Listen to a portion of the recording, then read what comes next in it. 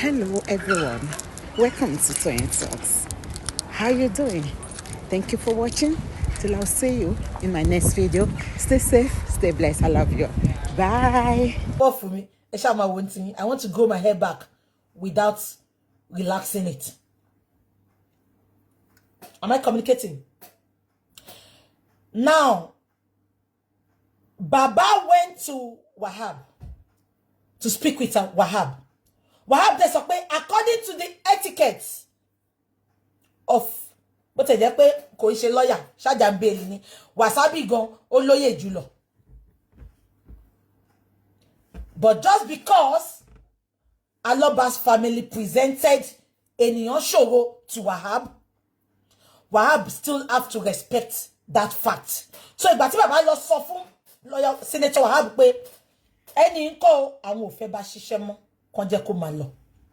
Wahab dẹ̀ sọ pé okay, I need a written letter láti sọ pé ẹ ti terminate appointment man yìí. Am I communicating? Wọ́n dẹ̀ pé man yìí ó lóun máa kọ letter, ó kọ́kọ́ fi bí 1 month ló fi maneuver. Am I communicating? Ṣé ń gbọ́ mi? Eventually,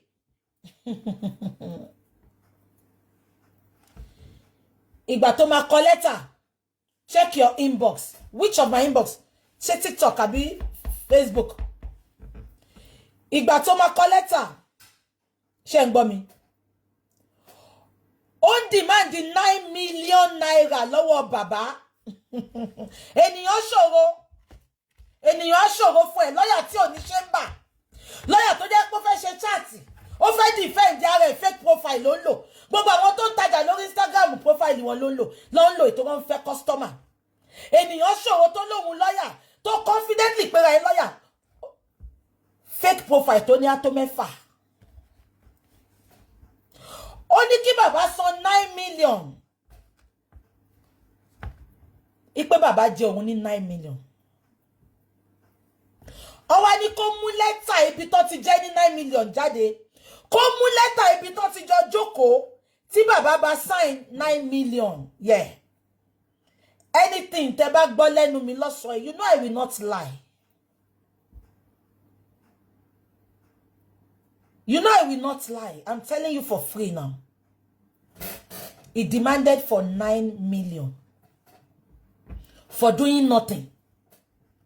He never did anything. Kàkà bẹ́ẹ̀, ìṣòro ló kó wá sínú justice for Mohbad. On intelligence here ló gbé wọnú justice for Mohbad. Am I communicating? That was when there's something now. I didn't say 90 million. 9 million. Ṣé ń gbọ́ mi? Ó wá béèrè lọ́wọ́ ẹ̀ pé owó kí ni 9 million. Ó ní tí tó bá san 9 million fóun, òun ò ní kó nǹkan tó wà lọ́hùn sílẹ̀. Ẹ jọ̀ọ́ bá mi bí Egbére. Egbére lè kó kí ló wà lọ́wọ́ ẹ̀ tí ò kó sílẹ̀. Kí ló wà lọ́wọ́ wèrè tí ò kó sílẹ̀. Ṣàkí máa ń ṣe bí ọ̀rá. Small yansh dey shake yo. Àwọn lọ́yà tó ganu sílẹ̀. Abẹ́ gbọ́ mi. Ó ní tí bàbá ò bá fóun lówó yẹn sẹ́. Baba is not looking for lawyer. I'm talking about lawyer. Shaja Bailey Odumosun mo ń sọ. Ganu sílẹ̀ lawyer. Ènìyàn ṣòro. Òun ló ń jẹ́ ènìyàn ṣòro. Ṣé ń gbọ́? Àwa bí pé owó kíni. Ṣówó tó fẹ́ fi ṣe rúfin nílé ẹni Jẹ̀bú ni. This way to àbówó kíni. Ara justice for Mohbad ló ra mọ́tò. Bó ṣe yẹ pé license ọ̀rẹ́ ló fi wà ní London. Ara justice for Mohbad ló ti kúrò ní 1 bedroom ló ti bọ́ sí self-contained. Lára justice for Mohbad náà ni lọ́yẹ̀ ènìyàn ṣòro. Ara justice for Mohbad. Ibẹ̀ ló tún ní kó bẹ múlẹ̀ ilẹ̀ ibi tó ń kọ́ this way to see. Abeg gbọ́ mi. Orí yẹn la wá yí wà báyìí. But èmi wá ń sọ lẹ́ni. Tó bá rí £1 gbà, ó mú lẹ́lẹ́ ni. Ẹ má worry. Owó tí ò sí, jẹ̀díjẹ̀dí kan ò lè gbà. Tó bá rí £1 gbà lọ́wọ́ bàbá Mohbad ṣe, ó mú ní lẹ́lẹ́ ni. Ìtorí bàbá kọ́ ló gbà níṣẹ́ bó tẹ̀lé pé àwọn bàbá ló lọ wá. Public ló ń sanwó tán fún. And the public said, and I quote, that they don't need him again. Ọ̀rọ̀ ẹ̀dá bẹ́ẹ̀ tá a fẹ́ lu ni tó ń dárin ènìyàn ṣòro. Lọ́fí long experience ẹ lọ́fí help àwọn tó jàpá.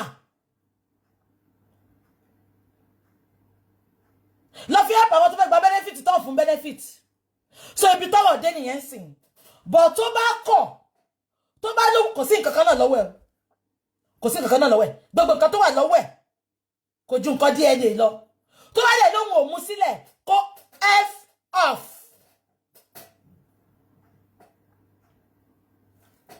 Àti ní Pakistan. We are gonna start again. And we are starting again anyway. Tí n bá shock yẹn ní believe. Ashana, who is your friend? Ìyá Mohbad dá. Àwọn ọ̀rẹ́ mi, wọ́n ti miss mi bàjẹ́. Abájọ tí náà Ashana ń dùn.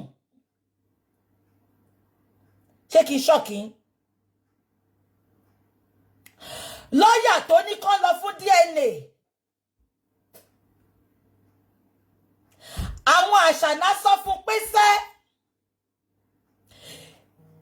ibi méjì lẹ́kọ̀ọ́ ló gbọ́dọ̀ ti ṣe DNA. Ẹ̀rí tí náà Ashana dùn.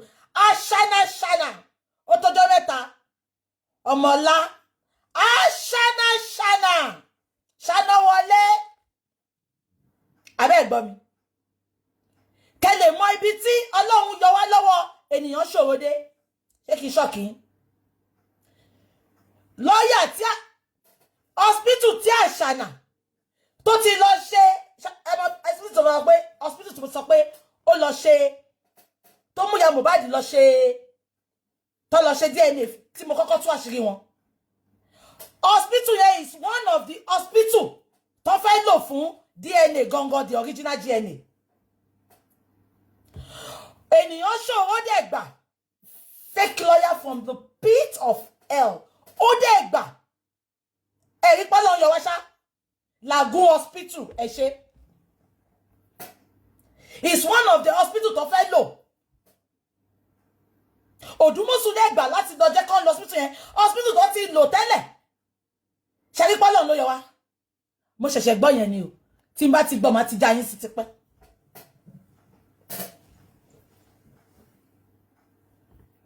Àbọ̀rọ̀ mi ò yé yín. Now, what is the bone of contention?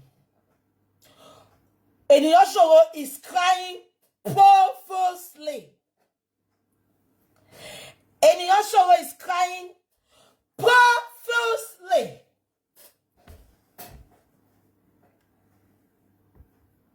Abeg gbọ́ mi. So, ibi tọ́rọ̀ dancing nìyẹn. But no shaking.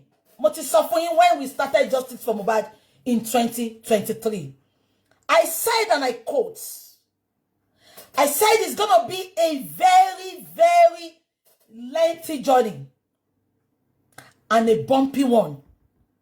It's not going to come easy because the Nigerian police, they know what happened and they know what they need to do if they want to do their job. But purposely, they decided not to give the poor man Mohbad's dad justice. For the reason best known to them. Am I communicating? So I'm gonna plead to you all to please, for the sake of justice, kindly bear with us. We are gonna get there. We are gonna get there, please. Positivity always. Please. We are going to get it. We are not relenting, I'm telling you. No justice, no burial. No justice, Ashana is going nowhere. No justice, they are going to have sleepless nights.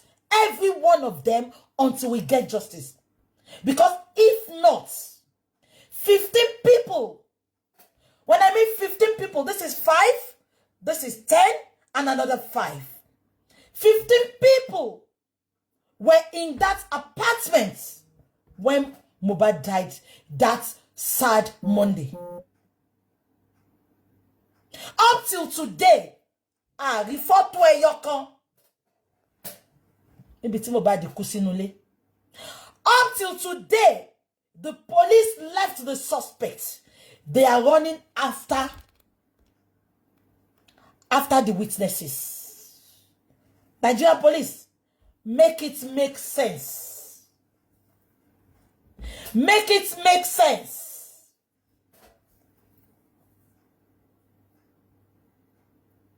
Am I communicating? So please, bear with us. I just want to tell you tonight that Wahab Shitu is going to be handling everything regarding Mohbad. Am I communicating? Is going to be handling everything regarding Mohbad. Nothing is going to be changed. Nobody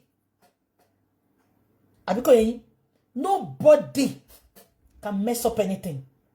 I might not be coming online, but I'm always communicating with Baba.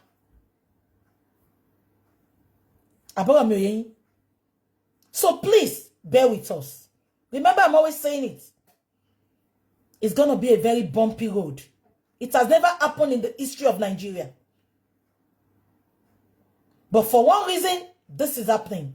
And remember, I told you when we started this justice, I said, God used the foolish thing to comfort the wise.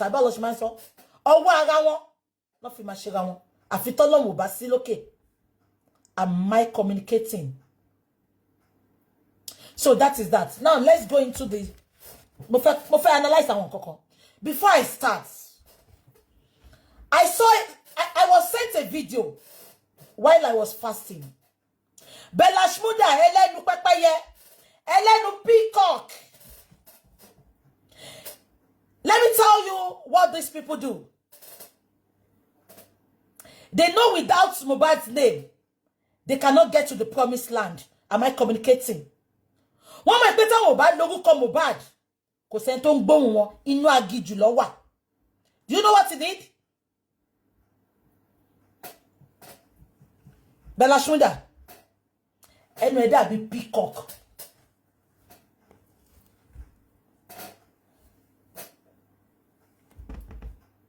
Àsìkò tó ló jẹ́ kó lọ ṣe DNA ọmọ ẹ̀. Wọ́n ló lọ kọrin Ìbàdàn. Ṣé bàbá ńlá bàbá ẹ Bella Shmuda, ṣé òun ló confirm fún ẹ pé àtọ̀ Mohbad ló fi Big Papa Lolo? Ó wá lọ sí Ìbàdàn. Ó ti kọrin, ó ti kọ sọ́tún, ó ti kọ sósì. Ó rí pé wọn ò wò wọn dáhùn lóhùn.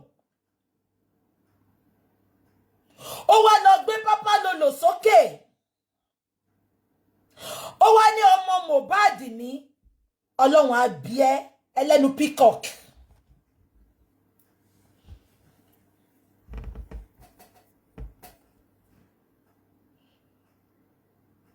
Kò má dá kíyàn má lówó lọ́wọ́. Àìlówó lọ́wọ́ ò dẹ̀ pani lórúkọ dà chief mrs ni ò ní sí ńbẹ̀. Ṣọ́ bí yàrá ìyá ẹja Bella Shmuda ẹlẹ́nu pẹ́pẹ́yẹ kọ́ peacock.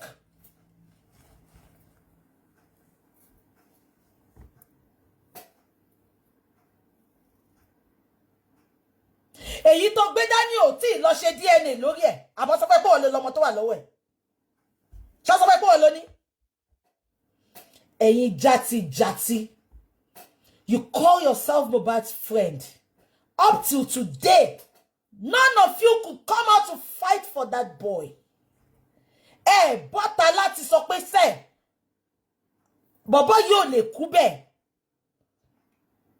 eléri ibu yín ẹ wá máa ṣe remembrance lójoojúmọ́ bí ìgbà tó ń ṣọdún ṣú bí ìgbà tó ń ṣe New Yam Festival Bella Shmurda orí ẹ̀ làdàbí bàbá Mohbad máa ti kọ́kọ́ bẹ̀rẹ̀ àdàbí àbí wọn ò àdàbí àbèrè mo pa láṣẹ ní Bella Shmurda BS Bella Shmurda BS ẹlẹ́nu peacock mo pa láṣẹ ni mo dá lábàá lọ reverse nǹkan tó sọ yẹn padà lọ sí Ìbàdàn kó lọ reverse ẹ̀ mo sọ ni mo pa láṣẹ ni mo dá lábàá padà lọ sí Ìbàdàn kó lọ reverse ẹ̀ àwọn fake friends everywhere ká tó bá ní ìrìn àjò ṣe ló jẹ́ ká mọ ẹni tí a bá lọ apaniwà nílé àṣeniwà làjò ẹmọ ẹni bá rìn ayé ìṣòro tó bá ti lọ kọrin báyìí abẹ́ ẹ̀gbọ́n mi tó bá ti rí pé wọn ò gbọ́ orin òun asáré máa sọ̀rọ̀ Mohbad àwa lọ gbọ́ Mohbad àbórí yín burú ni mo ti ní mi ní fi èní ṣépè mi tiẹ̀ tí ṣépè náà àní ṣépè o àní máa ṣépè wọn lórí yín mi tiẹ̀ ṣépè náà tẹ́lẹ̀ èpè mi àdúrà ni ìlàjẹ èpè wa àdúrà ni màmá bá wọn búlà jẹ́ o màmá bá wọn búlà jẹ́ o ẹlẹ́nu pẹ́pẹ́yẹ ẹ mọ bẹ́ẹ̀ ní pẹ́pẹ́yẹ yàmàyàmà ó dàbí ankashifu táwùsá ti fi nojú tó ti dọ̀tí àwọn olóhùn if not for Mohbad ta ló mọ̀ yín very silly thing ó lọ sí Ìbàdàn ó ti kọrin yẹn ó rí pé wọn ò gbọ́ wọn lọ gbé tata ń tó lo ó fẹ́ fi yẹn manipulate wa àbórí yín burú ni ẹ̀yin yàmàyàmà ẹ̀yin pàǹtí ẹ̀wà ẹ̀yin ìsàlẹ̀ jọ̀lọ́fù wọ́n lé wọn ò bá wọ́n wá wọn ò máa wí o abẹ́rẹ́ lọ kọ́nà òkun tó di o ó dojú àlàáká tó ríra wa àwọn tó ń bá wí náà ni ó tiẹ̀ ní wọn lójú àlá Mohbad wàá ń dùn wọ́n pàṣán ní tó bá yá àwọn játijàti àwọn bunch of olóhùn tí ó bá ṣe pọ́bìnrin náà yóò lórí burúkú tó yẹ pé anything in trouser ṣé Bella Shmurda ó gbọ́dọ̀ yọ ẹpọ̀n jáde fóbìnrin kan dá lóhùn mélòó ló wà lábẹ́ ẹ wo bó ṣe rí ẹ kọ́ọ̀tì ẹ̀ ìtẹ̀ máa ń kọ́ọ̀tì lẹ́yìn wá ṣe láyé tí ẹ̀yin oníkọ́tàǹsò ẹ̀ tí gba freedom láti jọ ẹ̀ tí gba freedom ẹ̀yin oníkọ́tàǹsò tẹ bá ṣàn kọ́ọ̀tì ẹ̀ kọ́ọ̀tì pọ̀pọ̀ fún mi mọ́ tẹ bá ń kọ́ọ̀tì kẹ kọ́ọ̀tì pọ̀pọ̀ fún mi mọ́ kí ni which place oh okay ń bọ̀.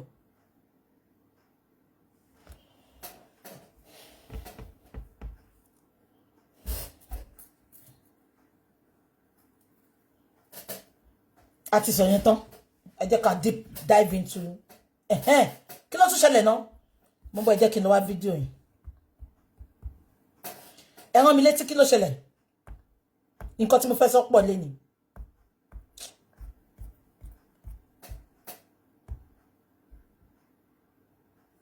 ẹ ṣé ẹ má bínú ẹ jọ̀ọ́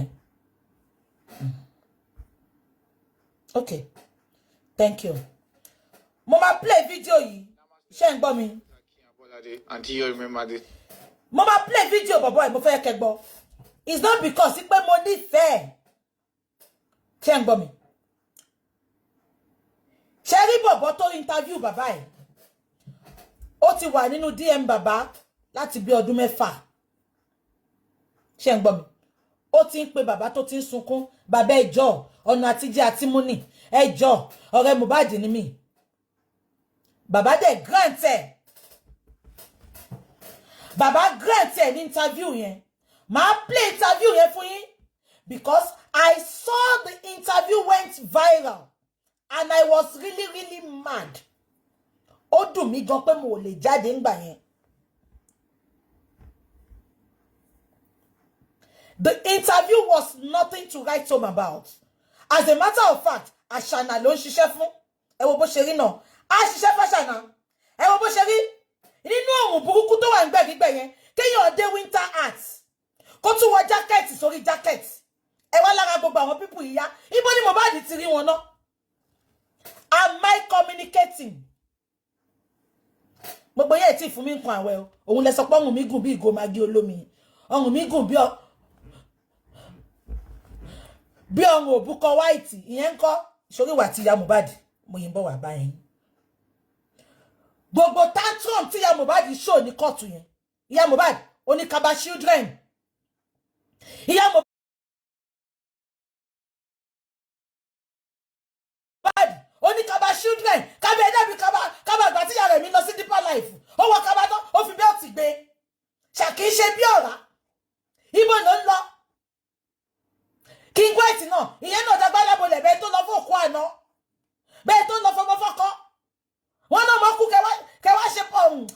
kẹwàá ṣe publicity ìyá Mohbad wọ ó wọ kaba children ó mú bẹ́ẹ̀tì ó fi gbáyé mo kọ́ sí gbà sí ìyá rẹ̀ mi join ní deeper life àwọn kaba tí ìyá rẹ̀ mi máa ń wọ̀ nìyẹn àwọn kaba rosa àwọn ayé mo kọ́ sí gbà tí mo wà ní Nàìjíríà ẹ ti bá wọ́n eré Romania tó máa ń ṣe àwọn Romania ni wọ́n máa ń ṣeré yẹn wọ́n máa ń ṣọ ẹ̀ ní NTA báyìí àwọn kaba wọn nìyẹn ẹ ti mọ̀ àwọn kaba àwọn Romania tó máa ń ṣọ àwọn soap opera tó máa ń ṣe Indomie noodles mo bá sọ̀rọ̀ by the power bestowed on me I will be 50 in June ẹ̀yin Indomie noodles generation ẹ lọ Google ẹ̀ Romanian soap opera in NTA Nigeria. Ìyá Mohbad conference lọ ní kó wá ṣe ó wọ kaba children ó wá mú machine bed tí ó fi gbé ó wá mú slippers white ó fi correspond pẹ̀lú báàgì ó wá fi báàgì àṣù ẹ ó fi má ṣe agbádá King White ìyẹn wà agbádá bẹ́ẹ̀ tó lọ fọmọ fọ́kọ́ nínú òkú ọmọ 26 King White make it make sense. àìtí débẹ̀ ìṣàtì ó lè má pẹ̀pẹ̀ tó lè bí pa mi mo gbàwẹ̀ ẹni sùúrù ẹ jẹ́ ká gbọ́ fídíò bọ̀bọ̀ ẹ bá mi wá fídíò oníkaba children mo fẹ́ play yẹn náà. Now bàbá ò mọ bọ̀bọ̀ yìí ṣe ń gbọ́ mi ó ti ń send message ó ti ń pe bàbá láti bí oṣù kan more than that abẹ́ gbọ́ mi ipò ń fẹ́ interview bàbá àṣẹ àṣànà ló rán níṣẹ́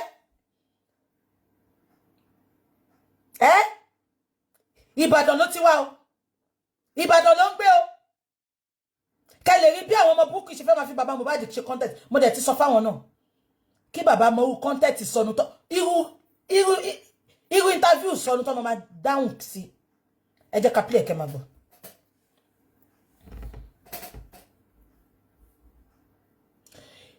alẹ́ ipò kó tu a mo ń bọ̀ wá play nǹkan tí wọ́n sọ. owó odidi ọba aládé títí olóko mélòó ló wà nídìí ọba Ifẹ̀ àbí kí ló kọ́ bá yẹn àníbi tá máa délé ní pọ̀.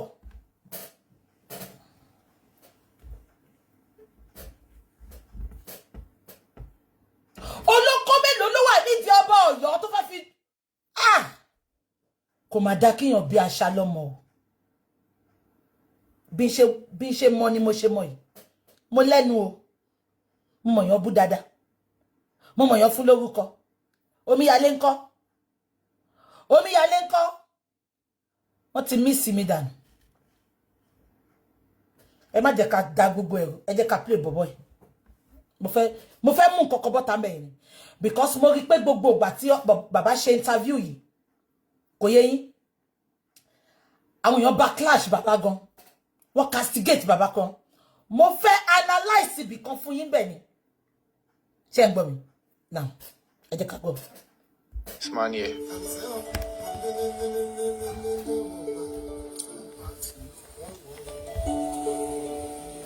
Josie ọmọ tẹ panko. How can a father? Ṣé gbọ́ statement yẹn Josie ọmọ tẹ panko. Mo ò ní ṣépè fún ẹwọ bọ̀bọ̀ yìí ṣùgbọ́n inú mi ò ní gbófo tó bá yẹ pé bó ṣe ń fi ìpá jí bàbá ẹ lórí bẹ́ẹ̀dì nìyẹn tó wá wo bàbá ẹ títí tó ní Josie bàbá mà ní sùúrù o mo ti sọ fún wọn mo ní bàbá ó jẹ́ kẹ́ dìde lẹ́sẹ̀kẹsẹ̀ kẹ́ máa lọ ni wà láìtàláì ká má parọ́ ibi ni mo ti mísì gùrẹ́sì jù interview yóò ní go further mo lè fi ẹ̀mí mi búra ibi I miss gùrẹ́sì so much because reason gùrẹ́sì is always with Baba is to caution him ẹ má ṣe lè ẹ má ṣe lè ẹgbẹ́ nǹkan tó sọ jòsí ọmọ tẹ pánkọ ẹ bá mi bí wèrè ṣé Ghana ló ti dé ni àbí Kútọ́nù ló ti wá tí ò fi mọ gbogbo nǹkan tó ń ṣẹlẹ̀ tó wá ní jòsí ọmọ tẹ pánkọ is that a content is that a content ẹ jẹ́ ká máa gbọ́ lọ.